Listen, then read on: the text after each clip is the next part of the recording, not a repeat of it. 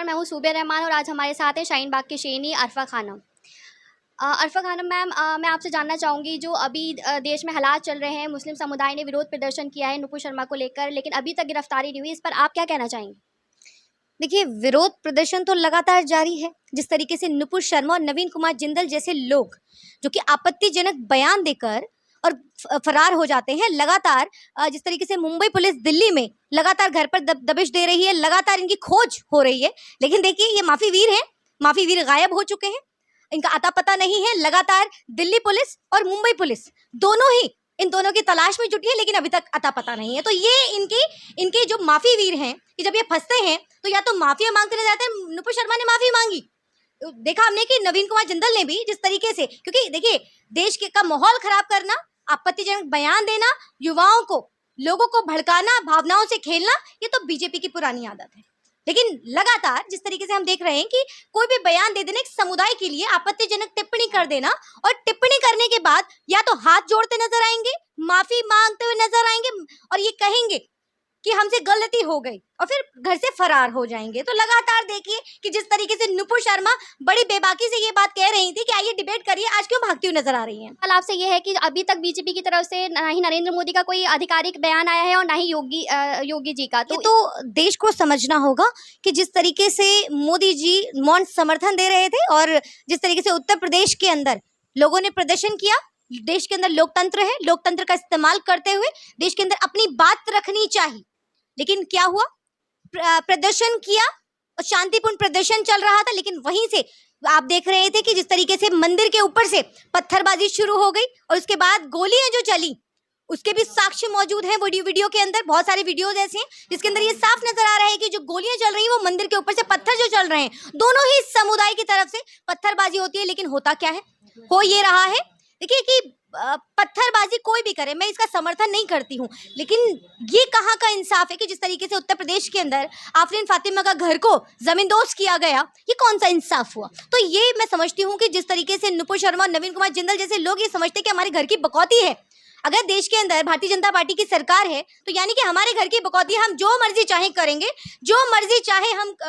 कहेंगे, कोई हमारी पकड़ नहीं होगी। क्योंकि ये तो खुला आमंत्रण, जब भारतीय जनता पार्टी के लोग लगातार इस तरीके की विवादित बयान देते रहे तो खुला आमंत्रण है और तमाम लोगों को के लिए कि इस तरीके की आप बयानबाजी कीजिए और मजे लीजिए घर पे बैठ करके। तो ये देखिए, ये प्रधानमंत्री, ये और आप अगर बात कर रहे हैं योगी सरकार की, तो ये तो चाहते ही यही है कि देश का माहौल खराब हो। तो ये मैं समझती हूँ कि आप, हमने देखा है कि जिस तरीके से लगातार प्रधानमंत्री और प्रधानमंत्री से लेकर के नीचे सांसद और जितने भी विधायक हैं, लगातार जिस तरीके से एक समुदाय के लिए टिप्पणी करते हुए आए हैं, तो आप उनसे क्या उम्मीद करेंगे। अब योगी सरकार और मोदी सरकार एक विशेष वर्ग को टारगेट करती आ रही है। जाहिर सी बात है, देश में और क्या हो रहा है। आज जिस तरीके से देश के अंदर एक माहौल, एक समुदाय के लिए जिस तरीके की कार्यवाही हमारे सामने है कि एक समुदाय अगर घर से निकल करके अपनी बात, अपनी मांग रख रहा है शांतिपूर्ण तरीके से, गांधीवादी तरीके से, तो वहां पर क्या होता है, दूसरा समुदाय अगर वहां पर पत्थरबाजी शुरू हो जाती है, फिर दोनों ही समुदाय में फिर ये तय करना मुश्किल हो जाता है कि आखिर पत्थरबाजी किस तरफ से हुई। तो ये देश में एक नैरेटिव सेट करने की कोशिश की गई है कि देखिए, जुमा का दिन और मुसलमान अगर एक तादाद में इकट्ठा होगा तो वो पत्थरबाजी करेगा, और आज भी जुमे का दिन है। तो ये जो चीज है कि देश में जो एक नैरेटिव सेट किया गया है, ये हम सब लोगों को समझने की जरूरत है कि ये सरकारें तो आनी जानी है, लेकिन हमें और आपको एक साथ मिल करके रहना है। अपना ये आपसी सौहार्द बिगाड़ने की बिल्कुल जरूरत नहीं है। हमें ये समझना होगा कि सरकारें हमें बांटना चाहती है, तानाशाही रवैया अपनाते हुए। जिस तरीके से एक समुदाय के लोग अपनी मांगों को लेकर के सड़क पर हैं और उनकी बात सुनने की बजाय प्रधानमंत्री जी ये कहते, लोगों से शांति बनाए रखने की अपील करते, बजाय इसके वो मौन समर्थन दे रहे हैं। ये कहा जाता है कि नुपुर शर्मा, नवीन कुमार जिंदल जैसे लोगों की तुरंत गिरफ्तारी होनी चाहिए, लेकिन क्या देखने को मिलता है कि उन लोगों की गिरफ्तारी फौरन हो जाती है जो प्रदर्शन करने, अपनी बात रखने के लिए सड़क पर निकले हैं और एहतजाज कर रहे हैं इस बात के लिए कि ऐसे लोग जो देश का, समाज का माहौल खराब कर रहे हैं, ऐसे लोगों की गिरफ्तारी होनी चाहिए। तो उन लोगों की गिरफ्तारी तो फौरन हो जाती है जो लोग अपनी बात कहने के लिए घर से निकले, लेकिन वो लोग घर से फरार हो जाते हैं, उन लोगों को शय मिलती है। अप्रत्यक्ष रूप से उनको शय दी जाती है प्रधानमंत्री जी की तरफ से, तमाम जो बीजेपी के नेतागण हैं उन सभी की तरफ से शय मिलती है। नुपुर शर्मा के समर्थन में भी प्रोटेस्ट निकलता है, ये भी हमने इसी देश के अंदर देखा है कि आखिर वो समर्थन में प्रोटेस्ट था क्या, किस तरीके का समर्थन था, किस तरीके के नुपुर शर्मा जैसे लोग जो किसी एक समुदाय को टारगेट करें और आपत्तिजनक किसी धर्मगुरु के बारे में आपत्तिजनक टिप्पणी करें और उस नुपुर शर्मा के लिए ये उसके समर्थन में ये प्रोटेस्ट निकाला जाता है। बेहद अफसोसजनक है इस देश के अंदर कि आप ये ऐसे लोगों को वो आमंत्रण दे रहे हैं कि किसी भी धर्म समुदाय के बारे में आप किसी भी तरीके की बहस छेड़ सकते हैं, किसी भी तरीके की आपत्तिजनक टिप्पणी कर सकते हैं। क्या सरकार ये अग्निपथ योजना लाके देश के युवाओं के भविष्य को अग्नि में झोंकने का काम नहीं कर रही? जाहिर सी बात है, जिस तरीके से अग्निपथ योजना आखिर क्यों लाई गई ये समझना बेहद जरूरी है कि अग्निपथ लाकर क्योंकि 60 लाख ऑलरेडी जो पद हैं वो खाली हैं, उसकी नियुक्ति करने की बजाय आज सरकारें क्या कर रही हैं। एक तरफ आप 17 साल से लेकर 21 साल तक के युवाओं को आप सेना के अंदर आप भर्ती कर रहे थे, फिर दबाव जब बना और उसके बाद आपने उसको 23 साल कर दिया। तो समझना जरूरी है कि आखिर इसकी जरूरत क्यों, जब 60 लाख पद पहले से ही खाली हैं तो फिर आखिर इस जो नई योजना ला करके आप क्या बेवकूफ युवाओं को बना रहे हैं। जो युवा सालों से इस परीक्षा की इस भर्ती की तैयारी में जुटा है, आखिर उसको आपने एक झुंझुना पकड़ा दिया है। 4 साल का क्या करेगा उसके बाद? 4 साल के बाद वो युवा जो जिसकी मैं समझती हूँ कि वो कोई तैयारी करता है और तैयारी करने के बाद वो उम्मीद करता है कि कोई नौकरी मिलेगी या कहीं सेना में मुझे भर्ती मिलेगी और वो लंबे समय तक उसमें रहेगा और फिर आने वाले वक्त में अगर वो देश के लिए अगर वो शहीद भी अगर हो जाता है तो उसके परिवार का जो की सुरक्षा है वो सुनिश्चित हो सकती है। लेकिन आज ये देखिए कि आज बेहद अफसोसजनक है जो देश का एक माहौल बन गया है और जिस तरीके से हम लगातार देख रहे हैं अग्निपथ के नाम पर जगह जगह हर जगह दंगे हो रहे हैं, हर जगह आगजनी हो रही है, युवा आक्रोशित है क्योंकि जाहिर सी बात है उसके फ्यूचर के साथ खिलवाड़ किया जा रहा है। तो ये हम सभी लोगों को ये समझना जरूरी है कि आज ये जो नौबत आई है वो आखिर क्यों आई,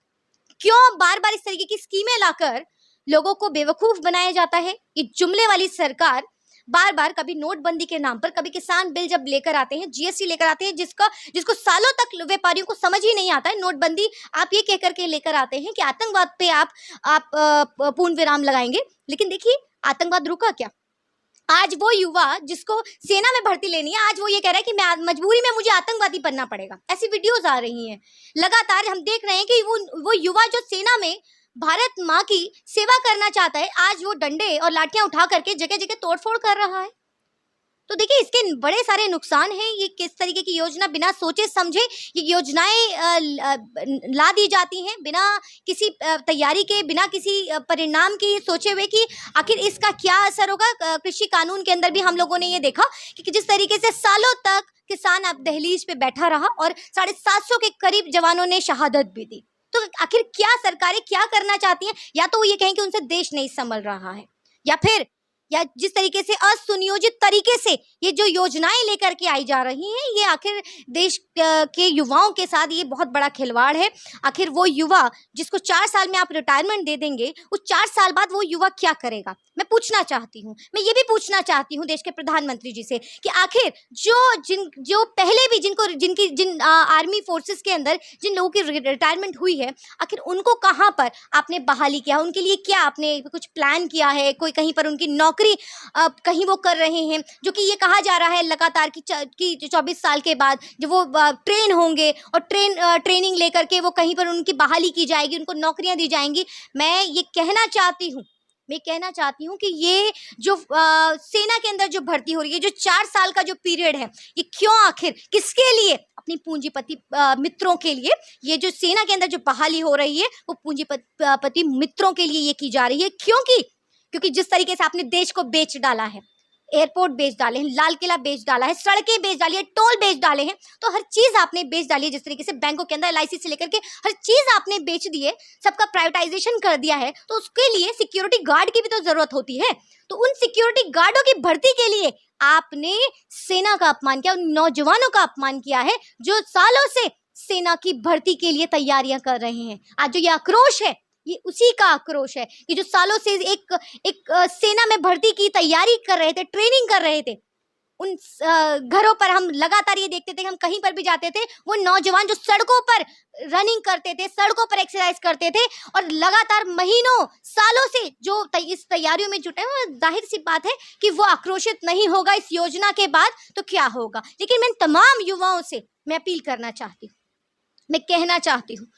लोकतंत्र में संवैधानिक तरीके से आपको अपनी आपत्ति जताने का पूरा अधिकार है, प्रदर्शन करने का पूरा अधिकार है, लेकिन जिस तरीके से जो सरकारी संपत्तियां हैं उसको आप जिस तरीके से नुकसान पहुंचा रहे हैं, इससे कुछ हासिल नहीं होगा। आप विरोध दर्ज कराना चाहते हैं, कराइए, लेकिन जिस तरीके से लगातार हम लोग देख रहे हैं कि कई ट्रेनों के अंदर, कई स्टेशनों में और कई जगह जगह आपने पुलिस थानों के अंदर जिस तरीके से आगजनी हुई है, वो बेहद अफसोसजनक। और ये सोचने की ज़रूरत है कि आखिर देश के प्रधानमंत्री जो अभी तक, कल से आग अभी तक लगी हुई है, कल से अभी तक आकर युवाओं से ये अपील नहीं की कि ये योजना के अंदर आप क्या करने वाले हैं, ये समझाने की कोशिश नहीं की। आप कहते हैं लोगों को समझ नहीं आता है, कृषि कानून समझ नहीं आता, नोटबंदी समझ नहीं आती, जीएसटी समझ नहीं आता, देश के युवाओं को, किसानों को और तमाम जो लोग हैं, व्यापारियों को समझ नहीं आता आप जो भी कानून लेकर आते हैं। लेकिन सिर्फ अगर समझ आता है तो भारतीय जनता पार्टी के नेताओं, सांसदों, प्रधानमंत्री, गृह मंत्री, इनको समझ आता है, लेकिन देश के लोगों को समझ नहीं आता। तो मैं कहना चाहती हूँ कि प्रधानमंत्री जी को लाइव आकर जिस तरीके से वो मन की बात करते हैं, तो मन की बात देश के युवाओं से करने की जरूरत है, उनको समझाने की जरूरत है। आज का युवा जो आज ये करने पर, जो आज देश के अंदर आगजनी हो रही है, करने पर उतारू है, उनको समझाने की जरूरत है, उनको भरोसा दिलाने की जरूरत है। जिस तरीके से आपने 2 करोड़ नौकरी देने का वादा किया था, आज वो भरोसा दिलाने की जरूरत है। जिस तरीके से युवा बेरोजगार है और उसके बाद आपने सरकारी जो योजनाएं हैं ये ला करके आपने 60 लाख जो अभी नौकरियां थी वो आपको खोलनी थी, जो कि आपने अभी तक नहीं खोली है, और दूसरी योजनाएं ला करके युवाओं को बेरोजगार करने की पूरी तरीके से, ताकि वो हाथ में हथियार उठा करके देश के अंदर नक्सली, आतंकवादी बने, इसकी तैयारी कर रही है भारतीय जनता पार्टी।